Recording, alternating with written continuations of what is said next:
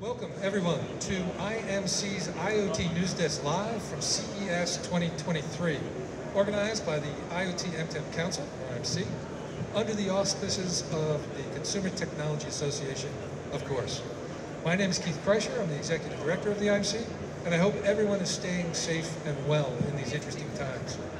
I'll introduce our moderator, my good friend Renil Paramel, CEO and co-founder of Strategy of Things Group, in just a second. But first, I wanted to provide a quick word about the IMC for those out there that might not know us. I will be brief. The IMC is the largest trade association dedicated to the communications layer in the stack that we call IoT.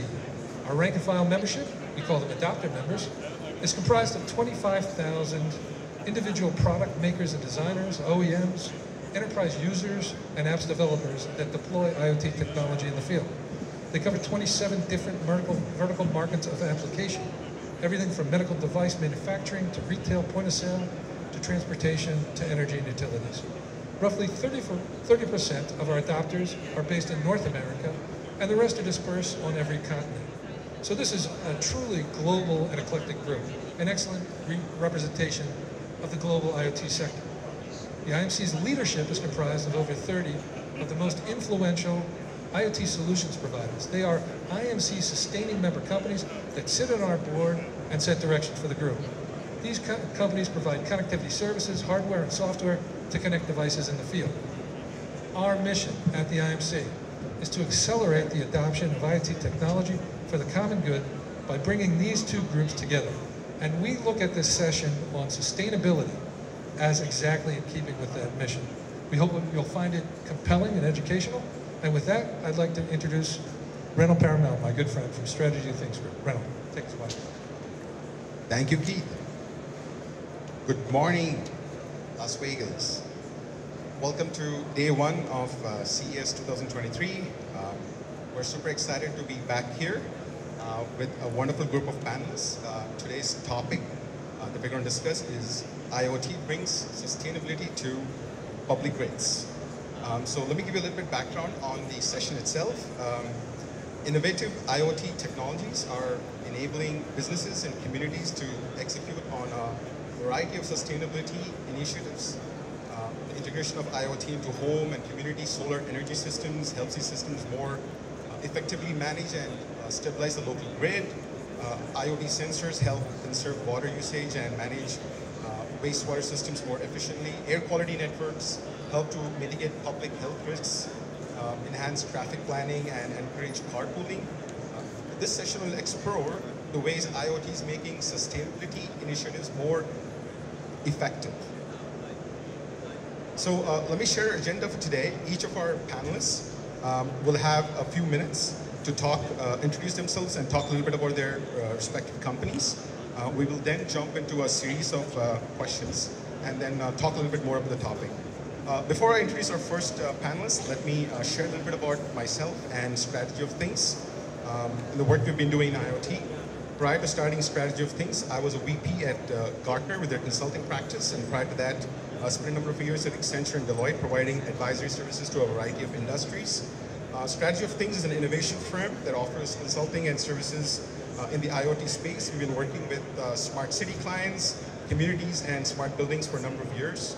We've also been working with a variety of working groups with the public sector, various laboratories, offering our advice and services and so forth. With that, I would like to turn over to our first panelist, Jitender, who's from Telit Centurion, to introduce himself and give us a little bit about your background. Yeah, thank you. So thank you, Renil, and a Happy New Year to everyone. And thanks for having me on this important panel. So my name is Jitender Vohra. I'm the Senior Director of Carrier Relations at Telit Centurion. I'm responsible for continuously keeping our product technology roadmap aligned with all the North America MNOs. So let me touch a little bit about Telit Centurion. I'm sure some of you may be wondering what is our role within the IoT ecosystem, or what we are doing to help our customers connect their devices to the cloud applications.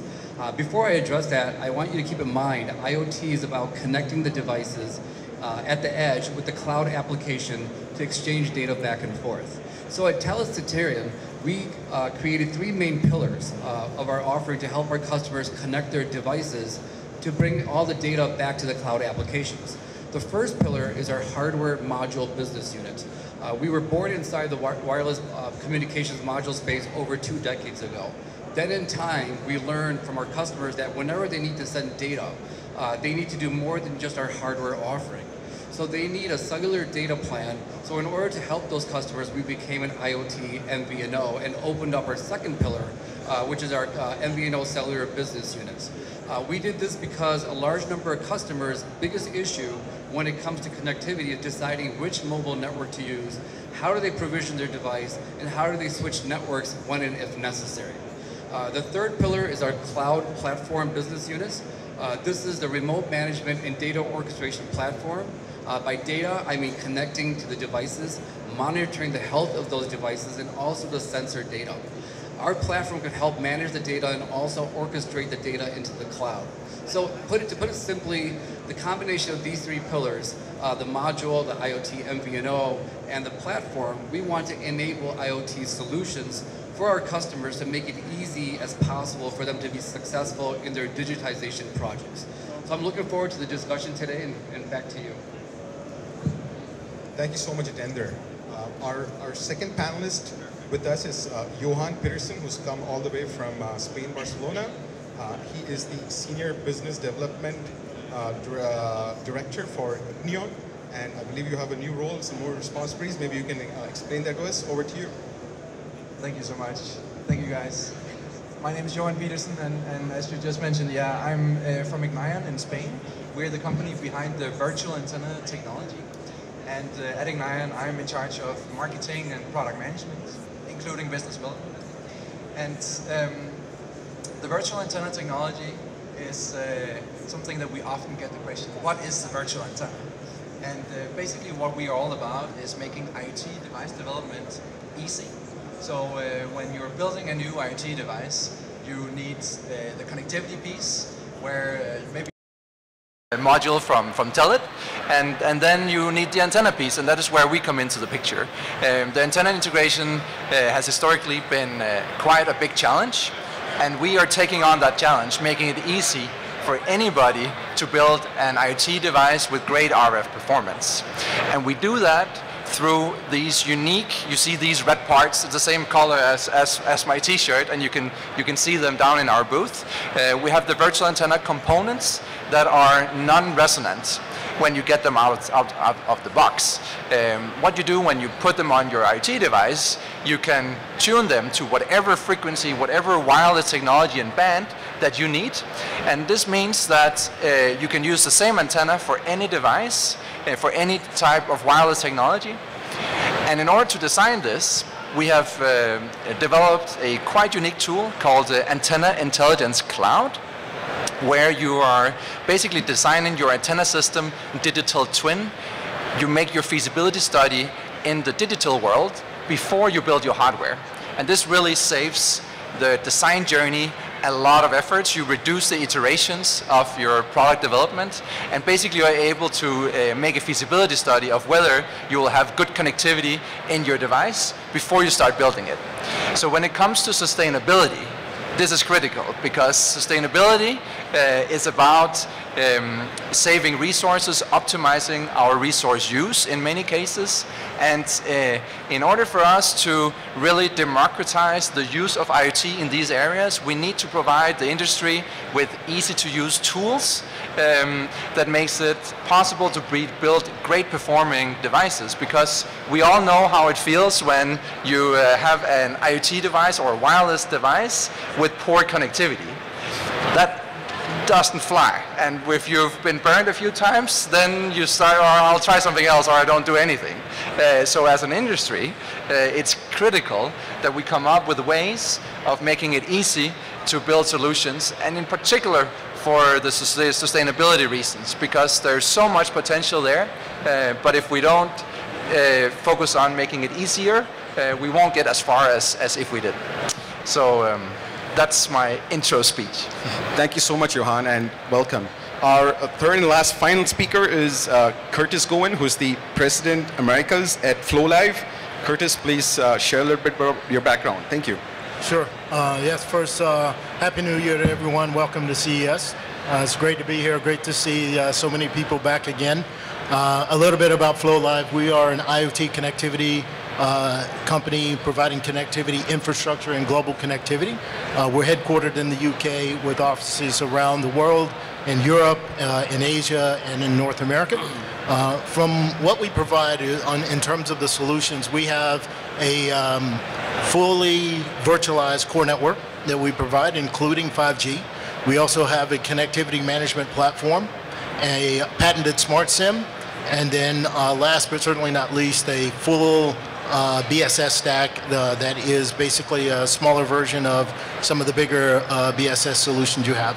So what do we do with that? We take all of those solutions, we package it together with mobile network operator relationships around the world, and we provide what we believe is the first hyper-local global connectivity service.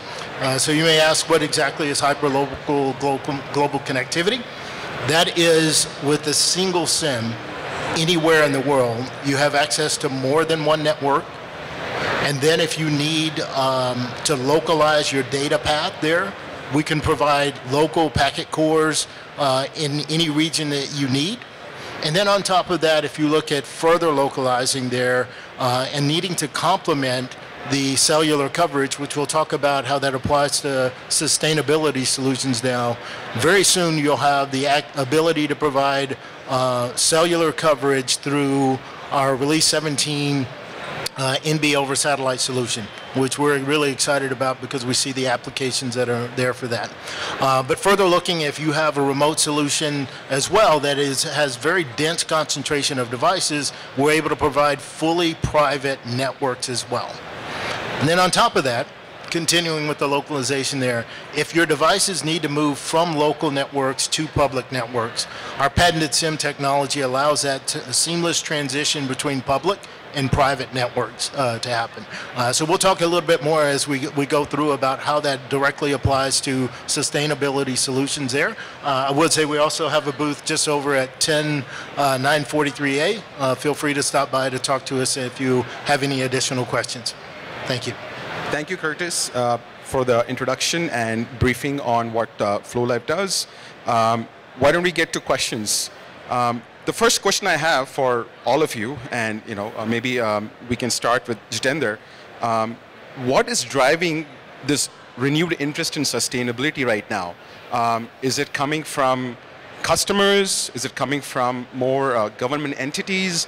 Is it coming from a business opportunity? What is driving the new conversation in sustainability? And other panelists, please feel free to add in after Jitender. Over to you. Yeah, thank you. Yeah, it's a great question. So based upon my experience working on Telit projects, talking to customers, talking to partners, from a business perspective, I think it's safe to say what all of our customers want is from IoT adoption and digitalization is to get a much better return on investment in terms of reduced costs, in terms of increased efficiency, and encourage greater productivity. But at the end of the day, for me, the biggest reason driving interest in sustainability, which kind of trumps the business reasons, is really to save our planet. Is about removing CO2 emissions, about improving the efficient use of energy resources to kind of save our planet is really, for me, what kind of trumps the business reason. Over to you. Sure. So a lot of customers, or most customers, they don't come to you and say, hey, we want to be more sustainable. They come to you for business reasons. And their business incentive to come with more sustainable solutions have recently been increased a lot, especially in Europe, where you have the energy prices really going through the roof. Here in the US, I think water is another thing that is becoming ever more important, and people are starting to realize they need solutions to do more responsible consumptions. And so those are some of the more recent reasons that we really see a lot of applications within this space increasing. And then on top of that, for quite a few years now, the whole ESG movement where companies are being requested and by their boards and their investors to come up with sustainable ways of doing business. And we see that when you're doing business where there's requirements for various types of partners, that you need to meet certain sustainability criteria to do business. So overall, this really means an increased demand, not just to greenwash, because we also see some of that, right? But there's actually real demand now where just a few years ago we didn't see that. Thank you. Curtis, are you seeing anything different from your customer base in terms of needs on sustainability projects? Certainly we have. What I will say is kind of what's leading to the growth in IoT and sustainability is really, I'd say it as the evolution of the industry, evolution of the technology. When I first started in this industry almost 20 years ago, the first solution that I saw was a oil and gas application, and it was simply what I would call business efficiency. Rather than having someone go to a pump and check the pump every day, you had the remote checking of that pump. If you look at those efficiencies, now what basically we're seeing is that other industries, other areas are starting to say, how do I get that same type of efficiency, right? So IoT is about, to me, it's about efficiency overall. And it creates certainly some other economic opportunities for companies like ours, but ultimately it's about the efficiency and adding that efficiency to sustainability projects. And the reality is, I think we all realize that we have a limited amount of resources on the planet that we have, and people are looking at how do we better utilize those resources there, looking at solving problems like food insecurity, which are all things that are really tied to sustainability projects. Thank you, Curtis. So when we talk about the grid, there's various areas where IoT can play a role. Especially when you start looking at utility companies, they have to generate power, they have to transmit that power, then there's a whole distribution element of it. So that's on the utility side. And then when you look at the consumers or customers, they need to monitor and understand their usage. And so there's a lot of moving parts out here. What are some of the type of projects that you guys are seeing that's coming your way? And if you can give an example of one area where you saw some interesting sustainability challenges, that would be great. Maybe you can start with what's happening in Spain. Yeah, well,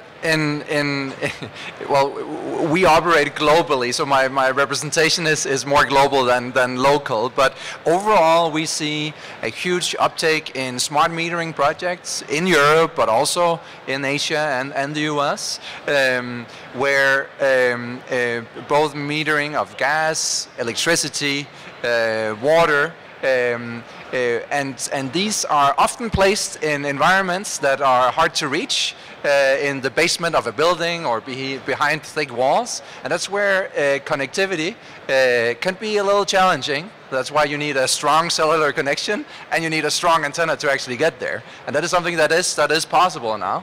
But we see a lot of projects there. And then another area is in asset tracking and just optimizing the logistics piece, whether it's container tracking, making sure that we get all the food distributed across the globe, for example, or the use of goods and tools such that we can optimize the usage of whatever asset it is. So all of these asset tracking applications all also have an IoT component in there, and really makes it possible to optimize and not needing to have a huge fleet, but you can reduce the fleet if you optimize the users of it, and that's where IoT really plays a critical role.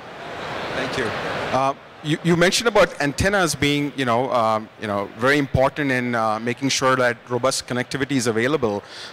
When you're doing projects, are you seeing a significant retrofitting opportunity right now, or are you seeing more of, hey, we have a new way of extending communication? So, what are the types of projects that you're seeing within the world of sustainability, but within the context of what you said about smart meters? Is it more retrofit versus new design, or what are you seeing in terms of trends? So we do see a lot of module designs. So where you have a certain connectivity module you can plug into your meter. So by having a modular design, you have the flexibility whether it's you want to use your meter for different wireless technologies. The retrofit, not so much on the metering side. There are solutions where you can put up and measure things externally, but less so than the new meters. And these are projects that they take quite a while to actually implement them. It's typically on the development for multiple years, and that's why companies making meters, they want to make sure that they are future-proof and ready for whatever communication standards evolvement that there is in the field, and hence they often opt for the modular approach, such that they can switch out if a new technology comes and they want to change the course with the same meter. Sure. And you also mentioned that you spoke about some of the capabilities of using digital twins in addition to some of the asset tracking and smart metering solutions that you're seeing. How is that helping with, from a sustainability kind of perspective? Is that giving more visibility, view, or information? Like, what are you seeing use cases where that's being put into use? So the digital twin topic is also very much hyped. So I also just want to make a disclaimer that we see a lot of the use of digital twin. You can add that into basically anything that's digital, right? It's a digital representation of the physical world, and then it becomes a twin. Now, when I talk about digital twins, it's a digital twin of your antenna solution, right? So that is completely different than your digital twin of your meter. So our cloud solution is a development tool making it easy to build IoT devices, but you're right. The digital twins representation of, for example, meters that can then represent your water consumption in a smart way. That is also an important element of it, and then it's more the real digital twin, I would argue. Sure. So I think that brings about a very important topic, that there's a lot of interplay that's needed between various solutions, various vendors, to truly get to the state where IoT is actually impacting sustainability initiatives. Curtis, maybe you can share a project experience that you have seen where in the sustainability space. Yeah, certainly. I'll go back to one use case that we're seeing kind of repeatedly, and that's in the utility and metering space. And one thing I'll say is that now more than ever, because of the IoT, adding IoT to this sector, the companies that are running the grids, that are providing the services, have more information than we ever had. So what we're seeing is vast improvement in the ability of services there, so they know exactly when to produce more energy, what the consumption rates are, and likewise as consumers we know more about our consumption of that energy and how to optimize our consumption and do the right things. Do you wash clothes in the middle of the day, or do you wash them at night, right? So we're seeing that across the solutions there. And then I'll say one thing that's really critical to the success of the solution. It really is taking that consultative approach. I've spent 20 plus years in the industry there. I'll tell you, the antenna part is near and dear to me because I've seen hundreds of devices with bad antennas. So I love when we see the technology evolve where companies like Johan's can help customers develop that antenna piece there. So we provide really more consultative type services, knowing people in the industry to bring together that collective part. My colleague there from Core mentioned earlier how many companies it takes to actually bring a solution to market. And knowing those individual experts is really critical, and taking that consultative approach is very, very critical to the overall success of the solutions. Thank you, Curtis. Jitender, maybe you can highlight a project from your company? Yeah, I mean, we're also a global company, right? So we have a lot of growth happening with IoT, and I'll give a few examples. One has to do with the wastewater management. So we have customers, you know, I can think of one customer offhand that's using not just our modules, but they're using our connectivity and our platform, like a bundle solution to help them leverage IoT to not waste water, which is a very precious resource. So we're helping customers ensure accurate measurement and reporting wastewater depth rates align with the flow rates, right? That's one project. Another one has to do with smart waste management. So where we have enabled smart IoT solution for our customers that is responsible for emptying garbage containers, you know, out in the parking lot, for example. So now you only need to send, instead of sending those containers or the truck, the people once a week or, you know, or every other day, you just send it to them when the container is empty and only to the container that needs it. So all of these things are causing a lot more efficiencies, and it's saving a lot of, from a business perspective, it's making a big impact. What are you seeing as some of the challenges to actually go ahead with these sustainability projects, right? So, because you have everything from funding, complexity of making sure that everything is integrated, to actually being able to measure whether what you did actually succeeded. So, yes, there's a lot of technical aspects that we have to get resolved. Like you said, we want to make sure that the right sensors have the right antenna, are connecting to the right gateway, are connecting to the right cloud, are connecting to the right data elements, and we're able to see it properly. But there's other challenges. So perhaps we can just talk a little bit about challenges. Are you seeing any specific challenges for these type of projects? Maybe we can start with you, Jitender. Yeah, I mean, from our perspective and where we sit in the ecosystem, you know, one of the biggest challenges has to do with a slow-moving market, right? It's to do with the very conservative and risk-averse utility, and it's really strongly regulated. So therefore, it's not easy to get new technologies deployed, to continuously roll out new releases. So that's an area we see a big challenge is in the market. There's being really slow to move. Awesome. So one of the things that we saw in the previous keynote speaking, the speaker was telling us that we often see that to complete an IoT solution, you need 10 different players playing a role in that. And so that's one area where I think as a community, everyone who's in IoT is trying to find a way to seamlessly have clients not have to go through 10 different people and perhaps go through fewer number of folks. How is that playing a role? What are you seeing in terms of, in your space as you, become module providers or software solution providers or antenna solution providers? What role are you seeing in other folks, kind of playing with you to kind of move the solution forward? Maybe Curtis, you can start with your experience. Yeah, I will say, it's if you keep waking up every day doing something that you learn a lot. So one of the things that we have obviously on the team is we got people with years and years of experience dating back to the beginning before IoT was even MDM and it was just telematics. So one of the things with that experience, we're able to combine a lot of that expertise within our house. So we provide some of the, who do you go after for a module? Who do you look at? Who are the top module manufacturers? What do you need to know about the module? What do you need to know about antenna design?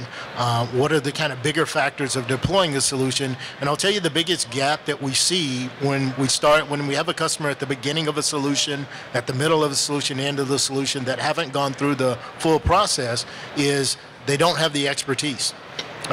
They have really good engineers that can build singular devices, but they didn't think about the antenna, which is an art to do. So they need to know who's all involved in the ecosystem. So I'll go back to my comment earlier.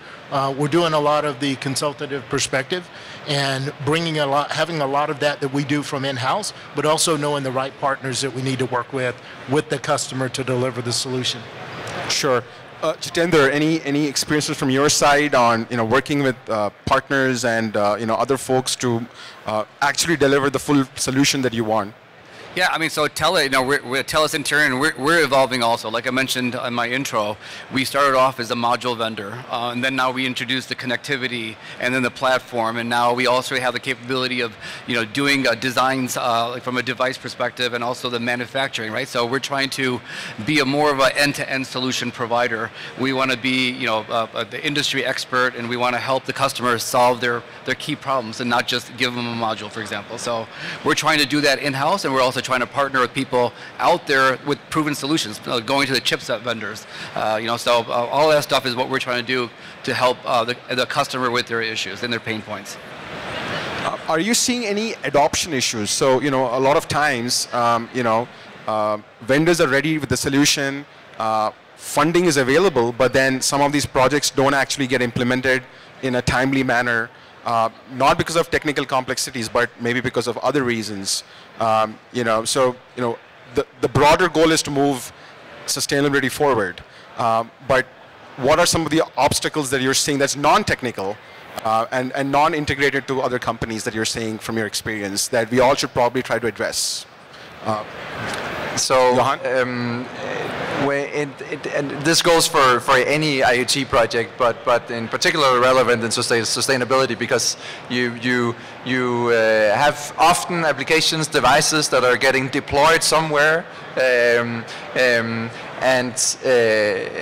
when you are deploying something in the physical world, there is always unforeseen challenges, and as this is not new, but people seem to still be too optimistic on their plans with regards to deployment and launch of new products.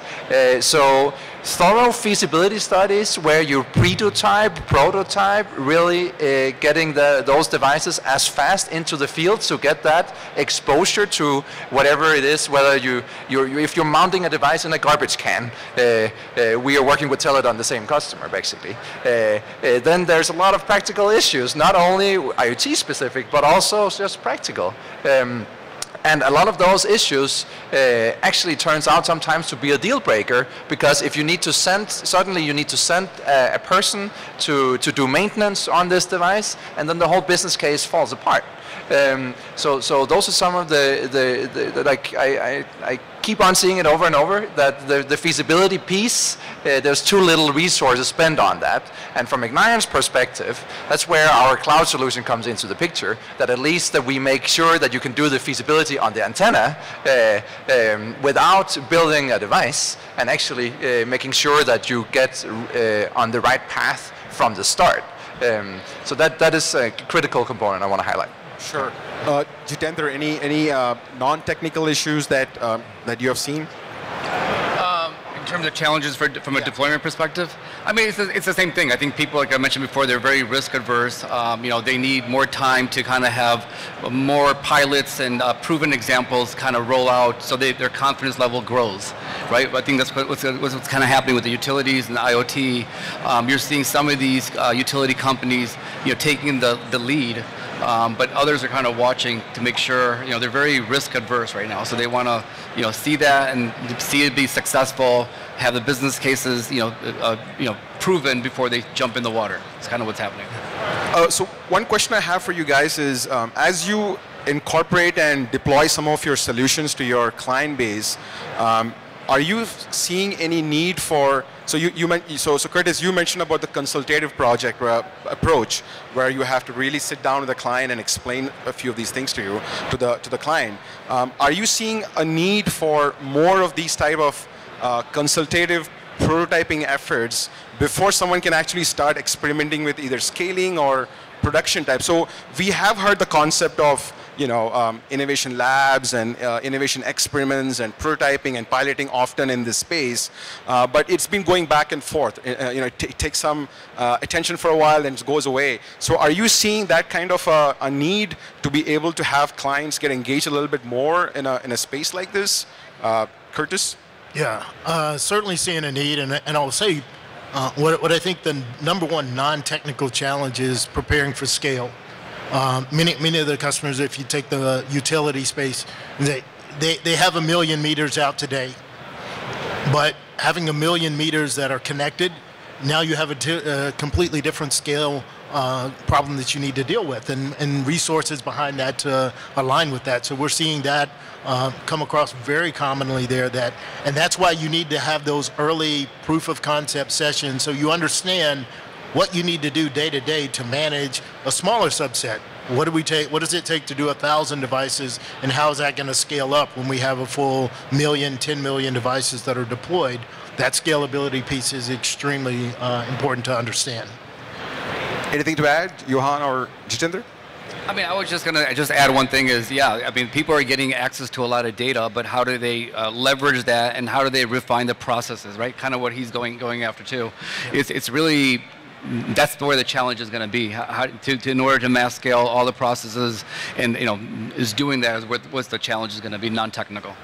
So, sorry, go ahead. Let me just add that in all of this, what is key is partnerships, right? And then that is where we as an IoT ecosystem, us working closer together, enables us to guide and make sure that the ones who deploy all these IoT solutions don't fail. Right? And the closer we collaborate, the higher the success rate. Absolutely, absolutely. So another question I was going to ask was, if you are pursuing sustainability projects, is there a need for kind of tapping in maybe government help or public sector help into some of these areas?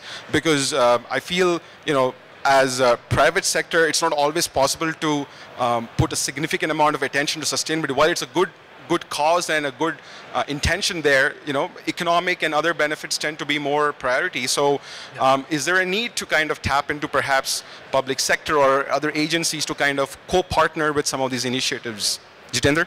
Yeah, I mean, I think so. That's going to help expedite everything. For example, partnership with the MNOs is very critical because, private networks, in the space, they're going to need to leverage some of the coverage of the MNO until deployments are kind of rolled out. So there has to be some public-private partnerships from that perspective, and then also government funding. Yeah, people don't have the money to kind of mass deploy. So I think, what the government's doing is going to help expedite this whole journey that we're going into right now. So that's going to help. Fantastic. Johan, any observations from your perspective? Are you seeing any trends where public sector or government entities are being partnered with for some of these initiatives? Well, we in Europe we see a lot of funding going towards sustainability-oriented projects, where a lot of businesses are then being incentivized to bet on some of these more risky projects, so we have a lot of customers who are maybe being incentivized a little bit more than they would be through these programs, which we only see more and more of these coming, right? So that would be like my key comment on that. Yeah. Fantastic.